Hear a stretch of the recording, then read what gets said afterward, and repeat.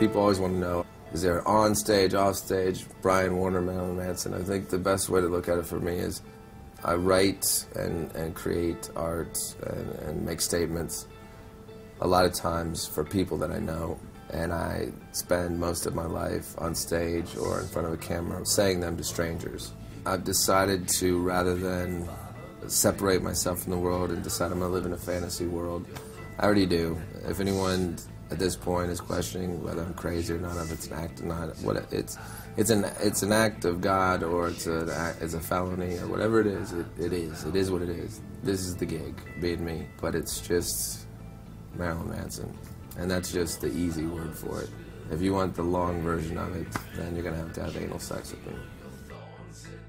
I think people that are already fans of things that I've done can expect what I have now come to realize. I can do things on my own, and Twiggy has done things on his own, but together, no one can do what we do together, and everything happens for a reason, and I believe that more now than ever. Whatever he did when we were apart, he became more capable of expressing through an instrument his emotions, and I think that I became more aware of loss. Eat Me, Drink Me is a record that's hard for me to listen to now, not because it makes me sad. It just reminds me of an era where I was a broken person trying to repair myself, and I was maybe attaching myself to a Shakespearean concept of, if the world can accept me, then you know, I'm in love, and let's die together. And now I look back at that as cowardice. And the album begins with the song Devour, and that song was very hard to get to. Making the record was very easy once it was flowing. Making the music, we didn't even unpack our clothes when we started writing the music. We wanted it raw. Everything was initial instinct, first takes, no second guessing. If it happened, why question it? Why rethink it? And you know, the attitude of, what are they going to do, return it? What are you going to do, punish me?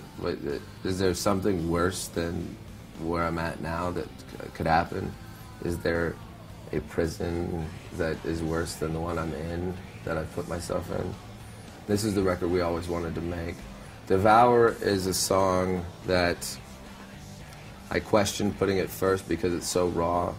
It's me telling the story about essentially what would have happened about 3 days before I sang it, which is a murder-suicide, which is the coming off of Eat Me, Drink Me. I can't make this world work. I can't make love work, so you say you want to die with me? Okay, let's go. But I'll kill you first because I don't trust you. And that's as much as I'll go into the story, but that's not metaphorical, that's honest.